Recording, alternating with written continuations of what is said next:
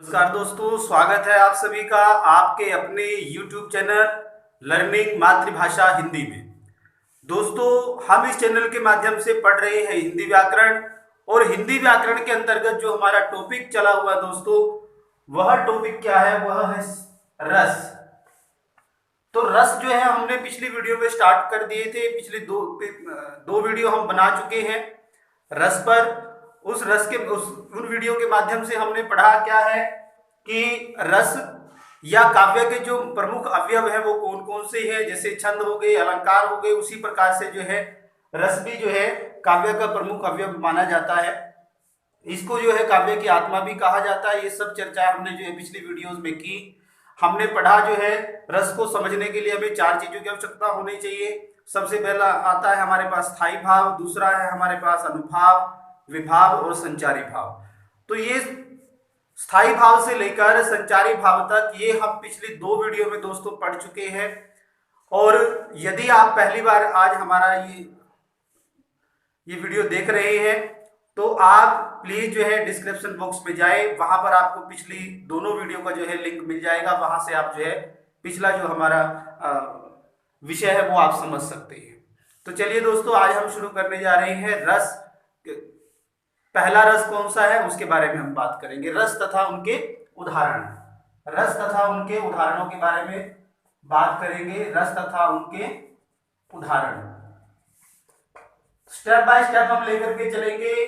कोई मुश्किल काम नहीं है। यदि आप ध्यानपूर्वक समझेंगे, सुनेंगे तो आपको समझ आ जाएगा। सबसे पहले नंबर पर आता है दोस्तों हमारे पास श्रृंगार रस। श्रृंगार रस सबसे पहले नंबर पर है। श्रृंगार रस सबसे पहले नंबर पर क्यों है? इसका भी कारण है, क्योंकि यह जो है सर्वप्रिय है, सबको बड़ा अच्छा लगता है। और शुरू में ही, आरंभ में ही आप श्रृंगार रस करेंगे तो आपको अच्छे से समझ आएगा। आपके विचार जो है व्यापक हो जाएंगे, सकारात्मक हो जाएंगे। इसीलिए जो है हम सर्वप्रथम जो है श्रृंगार रस लेकर के आए हैं दोस्तों। श्रृंगार रस का आधार क्या है? यदि इसकी परिभाषा भी हम कहें या इसका आधार क्या है श्रृंगार रस का, तो श्रृंगार रस का जो आधार है वो स्त्री और पुरुष के बीच में जो सहज आकर्षण होता है, जो पुरुष जो है स्त्री को देख करके उसकी तरफ आकर्षित होता है या स्त्री जो है पुरुष को देखकर उसकी तरफ आकर्षित होती है, तो ये जो बीच का आकर्षण है इसको जो है हम किसके अंतर्गत मानते हैं? श्रृंगार रस के अंतर्गत दोस्तों।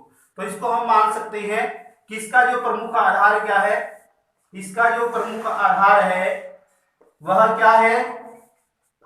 स्त्री और पुरुष के बीच, स्त्री और पुरुष के बीच सहज जो आकर्षण होता है, सहज आकर्षण होता है, वह इसका आधार है। ठीक है, यानी इसके अंदर क्या होता है? स्त्री और पुरुष जो है उनके बीच में आकर्षण होता है। ये श्रृंगार रस का जो है आधार है। अब आता है श्रृंगार रस के जो है भेद कितने हैं दोस्तों। श्रृंगार रस के दो भेद हैं हमारे पास। सबसे पहला हमारे पास आता है संयोग श्रृंगार रस।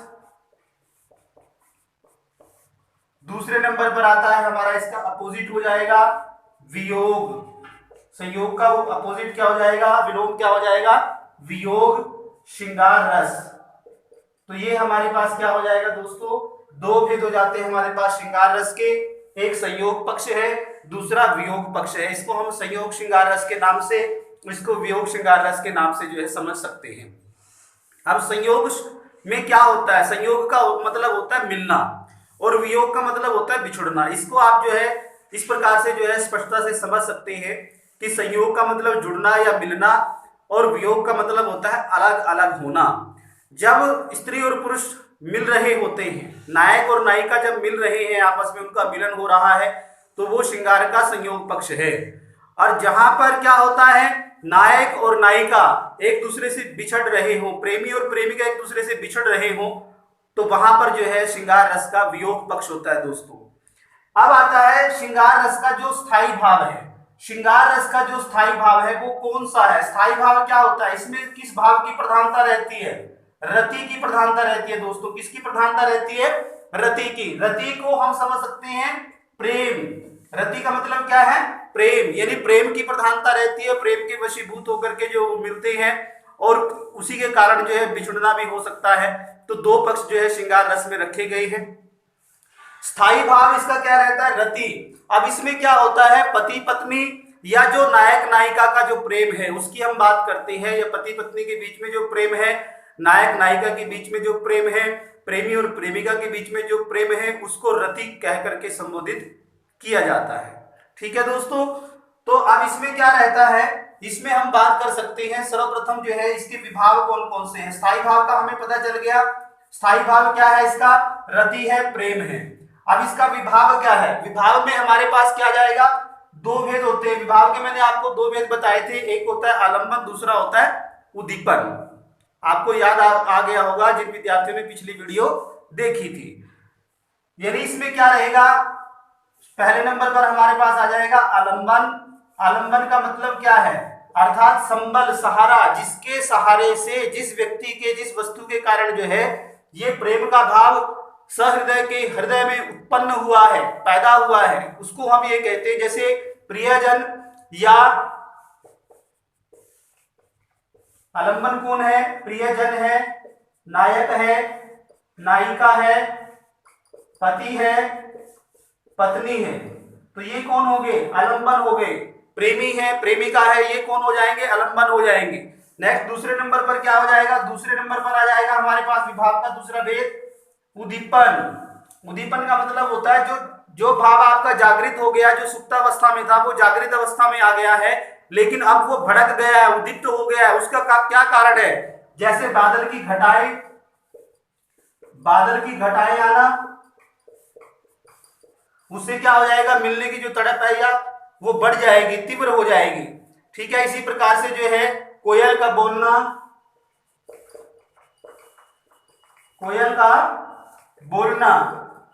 तो ये सारे क्या हो जाएंगे, उद्दीपन के अंतर्गत आएंगे। इसी प्रकार से हम कर सकते हैं, जैसे बसंत ऋतु का आगमन होना।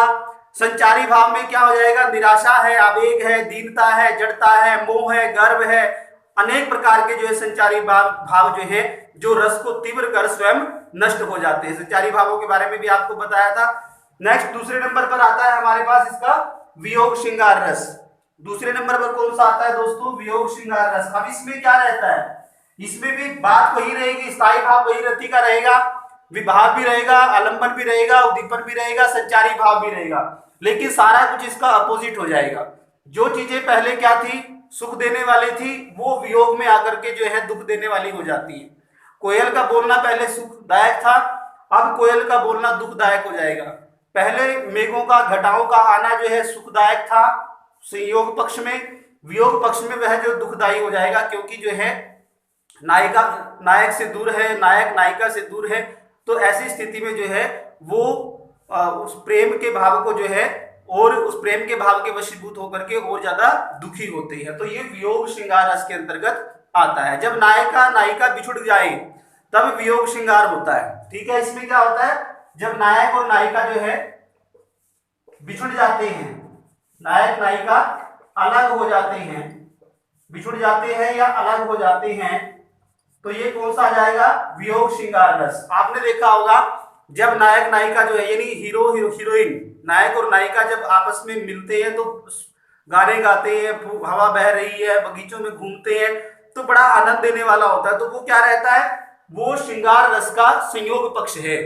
किंतु जब नायिका के घर वालों को पता चल जाता है तो वो नायिका को कमरे में बंद कर देते हैं। अब नायक जो है वो बाहर बगीचों में घूम रहा है, अकेला तन्हा है, गीत गा रहा है, बारिश हो रही है, घटाएं उठ रही हैं, हवा बह रही है।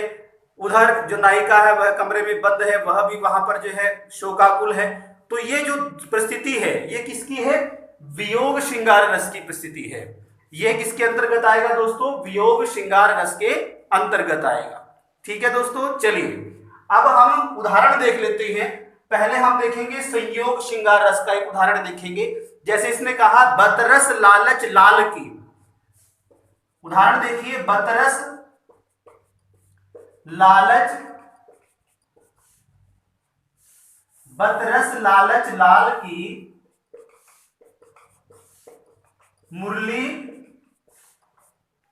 मुरली धरी लुकाए, लाल की मुरली धरी लुकाए। अब गोपियां कर रही हैं ये काम भगवान श्री कृष्ण जी के साथ। सो करें, सो करें, सो करें बोहनी हंसे, बोहनी हंसे। और क्या होता है, दैन कहे नटी जाए, दैन कहे नटी जाए। अब आपको थोड़ा सा मुश्किल लगेगा कि ये पता नहीं क्या लिखा जा रहा है, किंतु जब आप इसका अर्थ समझ जाएंगे, आपको स्पष्ट हो जाएगा, तो आपको याद रहेगा। ठीक है दोस्तों, तो क्या है स्थिति, क्या है स्थिति, क्या है, पहले वो ध्यान से सुनिए। संयोग श्रृंगार है, गोपियां और श्री कृष्ण जो है वो इकट्ठे हैं, एक साथ हैं। तो गोपियां क्या करती हैं, बत रस, बत रस का मतलब है बातों का आनंद लेने के लिए, लालच, उस लालच के वशीभूत होकर के कि बातों, भगवान श्री कृष्ण उनके साथ बातें करे, उनके साथ अटकेलियां करे, उस लालच के वशीभूत होकर लाल की, लाल, लाल कौन है, भगवान श्री कृष्ण, भगवान श्री कृष्ण की बातों के रस के लालच में मुरली धरी लुकाए, लुकाए का मतलब होता है छिपा देना। मुरली में जो बांसुरी है भगवान श्री कृष्ण की, धरी में रख दी है, उसने क्या क्या छुपा के रख दी है। गोपियों ने क्या किया कि भगवान श्री कृष्ण उनसे बातें करेंगे, इसलिए उन्होंने उसकी मुरली को छुपा दिया है। सो करे, और कसम खाती हैं कि हमें नहीं पता। सो करे बोहनी हंसे, और नैनों से वो हंसती हैं, एक दूसरे की तरफ देख करके, बोहें चिढ़ा करके, बोहे में जो हमारी आईब्रो है इनके माध्यम से वो हंसने का प्रयत्न करती है। दैन कहे नटी जाए, और जब भगवान श्री कृष्ण जी उसको देने के लिए कहते कि तुमने मेरी जो है मुरली छुपा ली है, उसको मुझे दे दो, दैन कहे, देने के लिए कहे, तो नटी जाए, नटी का मतलब होता है मना कर देना, जवाब दे देना, वो मना कर देती है कि हमारे पास नहीं है। तो यहां पर ये क्या है, ये श्रृंगार रस का संयोग पक्ष है। इसी प्रकार से जब भगवान श्री कृष्ण और राधिका रानी का पहली बार मिलन होता है, तो राधिका रानी को भगवान श्री कृष्ण देख करके कहते हैं कि कहाँ रहती काकी है बेटी, देखूं नहीं कभी ब्रज खोरी, ब्रज खोरी, खोरी में होता है गलियां, कि कहाँ रहती काकी है बेटी, देखूं नहीं कभी ब्रज खोरी। राधिका रानी कहती है कि काहे को मैं ब्रज तन आवती, खेलत रहती अपनी पूरी। अब भगवान श्री कृष्ण जी उसको देख करके कहते हैं कि कहाँ रहती है, तू कहाँ पर रहने वाली है, काकी है बेटी, तू किसकी बेटी है, देखा नहीं कभी ब्रज खोरी, तुम्हें मैंने कभी ब्रज की गलियों में नहीं देखा है। राधिका कहती है कि काहे को मैं ब्रज तन आवती, अर्थात मैं ब्रज में किस लिए आऊं, खेलत रहती अपनी पोरी, पोरी में यहाँ पर दहलीज है या घर का जो आंगन है, वहां पर मैं खेलती रहती हूँ। और सुनत रहती सरवर्णी, कि नंद का ढोटा करत फिरत दधी चोरी, कि अपने कानों से सुनती रहती हूँ कि नंद का ढोटा, ढोटा में होता लड़का यानी बेटा, पुत्र, जो नंद बाबा का जो बेटा है, करत फिरत दधी चोरी, दधी में दही, माखन, कि अपने कानों से सुनती रहती हूँ कि जो नंद बाबा का लड़का कृष्ण है या उसका जो लड़का है वह दही और मक्खन जो है चुराता हुआ फिरता है। भगवान श्री कृष्ण जी कहते हैं कि तेरो क्या चुरा लेनो, चलो खेलो दोनों मिली जोरी, कि मैं तेरा क्या चुरा लूंगा, चलो हम दोनों मिलकर के खेलते हैं। तो ये भी क्या है, संयोग पक्ष है, श्रृंगार रस का संयोग पक्ष है। नायक और नायिका जो है वो आपस में मिल रहे हैं, उनकी बातें हो रही हैं, और ये किसके अंतर्गत आएगा, संयोग पक्ष के। अब वियोग पक्ष में क्या हो जाएगा, वियोग पक्ष में मैंने आपको बताया है ये इसका अपोजिट है, इसका उल्टा है, ये संयोग है, ये वियोग है। वियोग पक्ष में क्या हो जाएगा, नायक नायिका मैंने बताया दूर दूर हो जाएंगे। अब जैसे हम, एक कविता हमारी है, अवधि आधार आस आवन की, अवधि आधार आस आवन की, ये शायद 10th क्लास में जो है सूरदास के पद की रचना है। अवधि आधार आस आवन की, तन मन बिथा सही, तन मन बिथा सही, सही मैंने सहन करना, सही। अब इन जोग संदेशनी सुनी सुनी, अब इन जोग संदेशनी सुनी सुनी, अब इन जोग संदेशनी सुनी सुनी, क्या हो जाएगा, बिरहनी बिरहा दही, बिरहनी बिरहनी बिरहा दही। अब देखिए, अब ये जो है सूरदास जी के पद की रचना है, उधो तुम अति बड़भागी, 10th क्लास का ये कविता है। तो उसमें क्या कहती है गोपियां, यहाँ वियोग पक्ष है श्रृंगार रस का। यहाँ पर जो भगवान श्री कृष्ण है वो गोकुल में गए हुए हैं और गोपियां जो है वहां पर है, उनको मिलने के लिए तड़प रही हैं। और उधर भगवान श्री कृष्ण क्या क्या क्या करते हैं, अपने सखा और अपने जो है संदेश वाहक उद्धव को जो है संदेश दे करके भेजते हैं योग का, कि तुम उनको जाकर के कहो कि वह जो है मुझे याद करना छोड़ दे और जो है वो योग करना शुरू कर दे। तो ऐसी स्थिति में वो क्या कहती है गोपियां कि अवधि आधार आस आवन की अवधि आधार, इतने लंबे समय से आस आवन की आवन की मैंने आने की आस को हमने आधार मानकर जो है कि हमें इतने लंबे समय से हम उनके आने का इंतजार कर रहे थे, हमें उनके आने की उम्मीद थी, उनके आने की आशा थी। इसीलिए तन मन बिथा सही, हमने तन से और मन से बिथा मैंने पीड़ा को सहन किया, सही मैंने सहन किया। अब इन जोगनी संदेश नहीं सुनी, अब इन जोग संदेश नहीं सुनी। लेकिन अब उद्धव क्या कर रहा है, उनको योग का पाठ पढ़ा रहा है। तो गोपियां कहती हैं कि अब इन योग अर्थात इस योग के संदेश नहीं मैंने संदेश को सुनी मैंने सुन करके बिरहनी बिरहा दही, अर्थात जो बिरहा की जो अग्नि है, अर्थात जो उनसे मिलने की जो तड़प है वो और ज्यादा भड़क गई है, वह और ज्यादा जो है हो गई है। तो यहां पर क्या है, इस प्रकार से जो है यहां पर वियोग श्रृंगार रस का ये उदाहरण है। वियोग है भगवान श्री कृष्ण से, वो बिछड़ी हुई है। तो आशा करता हूं कि आपको ये समझ आ गया होगा। आज हमने श्रृंगार रस किया, श्रृंगार रस के दोनों पक्ष किए, संयोग और वियोग। तो यदि आपको वीडियो अच्छी लगी हो तो प्लीज लाइक करना, शेयर करना अपने दोस्तों के साथ, और हमारे साथ बने रहने के लिए दोस्तों चैनल को सब्सक्राइब करना और बेल आइकन जरूर दबाना, ताकि आगे आने वाली जो वीडियो है वो सबसे पहले दोस्तों आप तक पहुंचे। तो आज के लिए इतना ही, बहुत बहुत धन्यवाद।